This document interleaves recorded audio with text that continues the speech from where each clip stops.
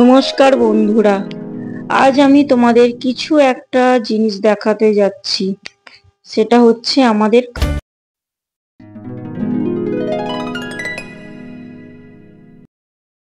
বন্ধুরা, আমাদের কালার মাছের বিজনেস তোমাদের কেমন লাগলো কমেন্ট করে বলো। কিন্তু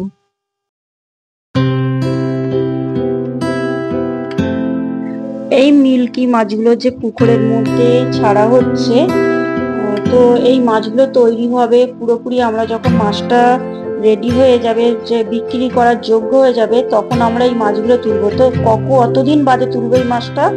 এই মাছটা তোলা হবে 3 থেকে 4 মাস বাদে। এই মাছটা মোটামুটি সাইজ হয়ে যাবে, তো 4-5 ইঞ্চি হয়ে যাবে। তো তখন আমরা এই মাছগুলো আমরা তুলে বাইরে কালেকশন করে দেব। তো তোমরা একটু দেখতে থাকো। ভালো লাগলে আমার ভিডিওটা লাইক, কমেন্ট আর সাবস্ক্রাইব অবশ্যই করে দেবে। আর আমাদের কিছুটা ব্যাকগ্রাউন্ড তোমাকে দেখাচ্ছে, আমাদের পুকুরের সাইডের যে ব্যাকগ্রাউন্ডটা আছে একটু তোমাদের দেখে নিচ্ছে।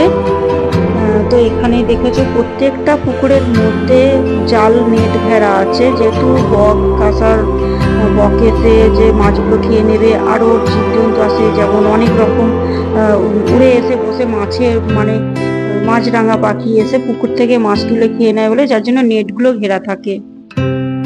তো বন্ধুরা, আমার ভিডিও যদি তোমাদের ভালো লেগে থাকে তো অবশ্যই আমাকে লাইক, কমেন্ট, সাবস্ক্রাইব অবশ্যই করে রেখে দেবে। তো আমি তোমাদের কাছে তোমাদের সাপোর্টে আমি আরো নতুন নতুন ভিডিও আমি তোমাদের কাছে নিয়ে আসতে পারবো।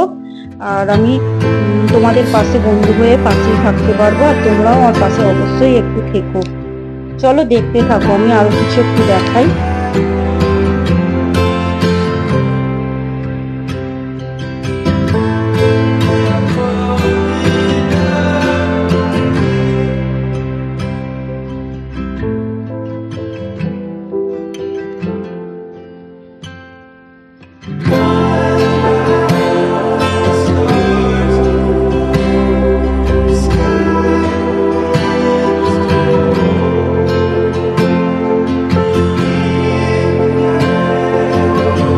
এই বেড়ালগুলোকে যে দেখতে পাচ্ছ, যে আমাদের পাঁচিলের গায়েই আছে, আর এরা ফাঁকা পেলেই মাছ তুলে খেয়ে নেয়। এরা সব সময় ঘোরাঘুরি করে। তো আচ্ছা, ঠিক আছে বন্ধুরা।